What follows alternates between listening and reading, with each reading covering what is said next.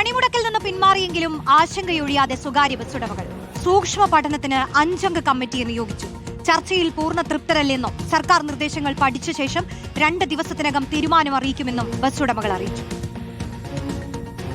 ബഹുമാനപ്പെട്ട മന്ത്രി ഇന്നൊരു ചർച്ച നടത്തിയതിൽ നിന്ന് ഒരു തീരുമാനം അറിയിച്ച സാഹചര്യത്തിൽ ഞങ്ങളുടെ ബസ് ഉടമകളുമായി 2 ദിവസത്തിന്റെ ഉള്ളിൽ ഒരു കൂടിയാലോചന യോഗം നടത്തി ഞങ്ങൾ സംയുക്ത സമിതി യോഗം വിപുലമായ യോഗം ചേർന്ന് ഒരു തീരുമാനമെടുക്കും.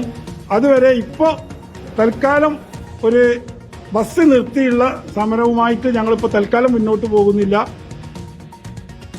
അശ്വിൻ ഡിയാഗോ ചേരുന്നു. അശ്വിൻ, മറ്റൊരു പദ്ധതി അതിങ്ങനെ പോയിക്കൊണ്ടിരിക്കുമ്പോൾ ഇപ്പുറത്ത് കഷ്ടപ്പാടുണ്ടായാണ് കട്ടപ്പുറത്ത് കയറാമെന്നുള്ള തീരുമാനത്തിലേക്ക് അവർ എത്തിയത്.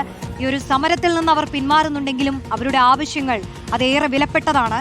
പക്ഷെ അതിലൊരു കാര്യമായ ഒരു തീരുമാനത്തിലേക്ക് എത്താൻ കഴിഞ്ഞിട്ടില്ല അല്ലേ? എന്തായാലും നിലവിൽ സർക്കാരിന്റെ നിർദ്ദേശങ്ങൾ അത് പഠിച്ച ശേഷം 2 ദിവസത്തിനകം ഒരു തീരുമാനം അറിയിക്കുമെന്ന് ബസ് ഉടമകൾ അറിയിക്കുകയാണല്ലേ?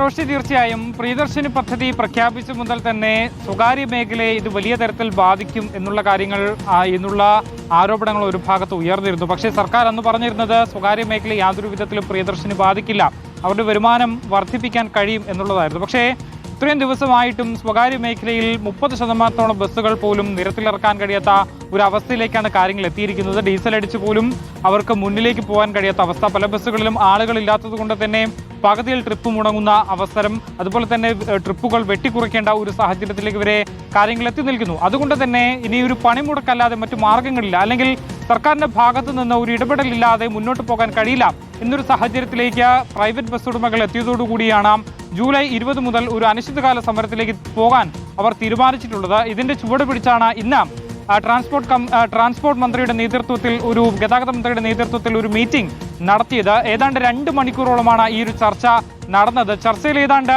പ്രധാനപ്പെട്ട 2 കാര്യങ്ങളിലാണ് തീരുമാനമായിട്ടുള്ളത്. അതിലൊന്ന്, ഒരു ട്രാൻസ്പോർട്ട് പോളിസി രൂപീകരിക്കാം എന്നുള്ളതാണ്. പ്രധാനമായും ഈ സ്വകാര്യ മേഖല നേരിടുന്നതും അതുപോലെ തന്നെ സംസ്ഥാനത്തെ പൊതുഗതാഗതത്തിന്റെ യാത്ര അത് കൂടുതൽ സുരക്ഷിതവും സുഗമമാക്കുന്നതിന് വേണ്ടിയിട്ടുള്ള ഒരു ട്രാൻസ്പോർട്ട് പോളിസി രൂപീകരിക്കും എന്നുള്ളതാണ്.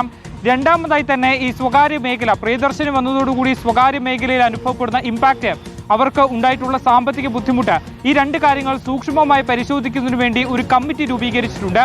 മുൻ DGP ആയിട്ടുള്ള കെ പത്മകുമാറിന്റെ നേതൃത്വത്തിലുള്ള 5 അംഗ സമിതിയെയാണ് നിയോഗിച്ചിട്ടുള്ളത്. 45 ദിവസത്തിനകം സൂക്ഷ്മ പരിശോധന നടത്തി ഏതൊക്കെ തരത്തിലാണ്, ഏതൊക്കെ രീതിയിലാണ്, അല്ലെങ്കിൽ ഏതൊക്കെ ആഴത്തിലേക്കാണ് ഈ പ്രിയദർശിനി പദ്ധതി സ്വകാര്യ മേഖലയെ അഫക്റ്റ് ചെയ്തിട്ടുള്ളത് എന്നുള്ള കാര്യം പഠിച്ച് റിപ്പോർട്ടായി സമർപ്പിക്കണം എന്നുള്ളതാണ് ആവശ്യപ്പെട്ടിരിക്കുന്നത്.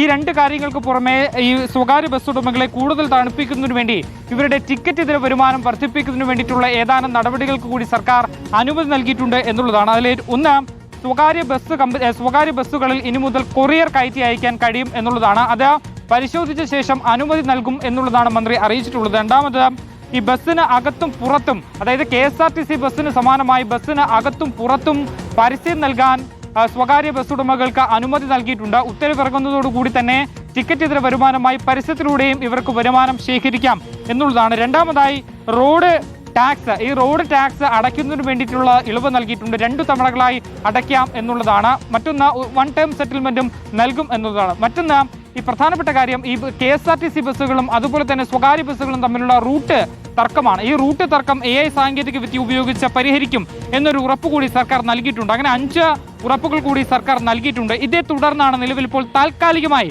ഈ ഒരു സമരവുമായി മുന്നോട്ട് പോകേണ്ടതില്ല എന്ന് ബസ് ഉടമകൾ തീരുമാനിച്ചിട്ടുള്ളത്. മാത്രമല്ല, ഓണ സീസണാണ് വരുന്നത്, ഉത്സവ സീസണാണ്. അതുകൊണ്ട് തന്നെ ഈ ഒരു നഷ്ടം നികത്തണമെന്നുണ്ടെങ്കിൽ ഓണക്കാലത്ത് അവർക്ക് സർവീസ് നടത്തിയേ തീരൂ. അതുകൊണ്ട് തന്നെ നിലവിൽ ഇപ്പോൾ അവർക്ക് ബസ് റോഡിലേക്ക് ഇറക്കിയേ മതിയാകൂ എന്നൊരു അവസ്ഥയിലാണ് കാര്യങ്ങൾ ഉള്ളത് എന്നുള്ളതാണ്. അതേസമയം തന്നെ പ്രിയദർശിനി കൊണ്ട് ചില മേഖലകളിൽ പ്രൈവറ്റ് ബസ്സുകൾക്ക് ബുദ്ധിമുട്ടുണ്ടായിട്ടുണ്ട് എന്നുള്ള കാര്യം സർക്കാരിന് ഉറപ്പാണ്. അത് മന്ത്രി പറയുകയും ചെയ്തിട്ടുണ്ട്. അതുകൊണ്ട് തന്നെ ഇവർക്ക് എത്രയും വേഗം ഈ ഒരു പരിഹാരം ഉണ്ടാകാനുള്ള നടപടികൾ ഉണ്ടാക്കും എന്നാണ് സർക്കാർ പറയുന്നത്. പക്ഷേ നേരത്തെ മുതൽ തന്നെ ഇത് പഠിക്കുന്നുണ്ട്, റിപ്പോർട്ടുകൾ വരുന്നുണ്ട് എന്നുള്ളതല്ലാതെ കൂടുതൽ കാര്യങ്ങളിലേക്ക് കടക്കുന്നില്ല എന്നുള്ളതാണ് സ്വകാര്യ ബസ് ഉടമകളുടെ ആവശ്യം. ഇപ്പോൾ അവർ പറയുന്നത് തന്നെ 45 ദിവസം കൂടി എടുക്കുമ്പോൾ ഏതാണ്ട് 50% ബസ്സുകളും നിരത്തിലിറക്കാൻ കഴിയാത്ത അവസ്ഥയിലേക്ക് വരും. ക്രമേണ ഒരു ബസ് പോലും നിരത്തിലിറക്കാൻ പറ്റാതെ വലിയ കടബാധ്യതയിലേക്ക് അവർ പോകും എന്നുകൂടി അവർ പറയുന്നുണ്ട്. ഈ 45 ദിവസത്തിൽ ഒരു തീരുമാനം ഉണ്ടാകണം. അതായത് ഏറ്റവും കുറച്ച് ദിവസങ്ങൾ എടുത്തുകൊണ്ട് ഒരു കമ്മിറ്റി രൂപീകരിച്ച് ആ കമ്മിറ്റി പഠന റിപ്പോർട്ട് നൽകണം എന്നുള്ള കാര്യങ്ങൾ വീണ്ടും സർക്കാരിനോട് ആവശ്യപ്പെടും. 2 ദിവസത്തിനകം തന്നെ സർക്കാരിനോട് ഇക്കാര്യം ആവശ്യപ്പെടുകയും സർക്കാർ തയ്യാറായില്ലെങ്കിൽ ആ പിന്നീടുള്ള കാലങ്ങൾ കൂടിയാലോചന നടത്തിയ ശേഷം തീരുമാനിക്കാം എന്നൊരു കാര്യത്തിലേക്കാണ് നിലവിൽ ഇപ്പോൾ ബസ് ഉടമകൾ എത്തിയിട്ടുള്ളത്. റോഷ്നി, ശരി, ആഷൻ ഡിയാഗോയാണ് വിശദാംശങ്ങൾ നൽകിയത്.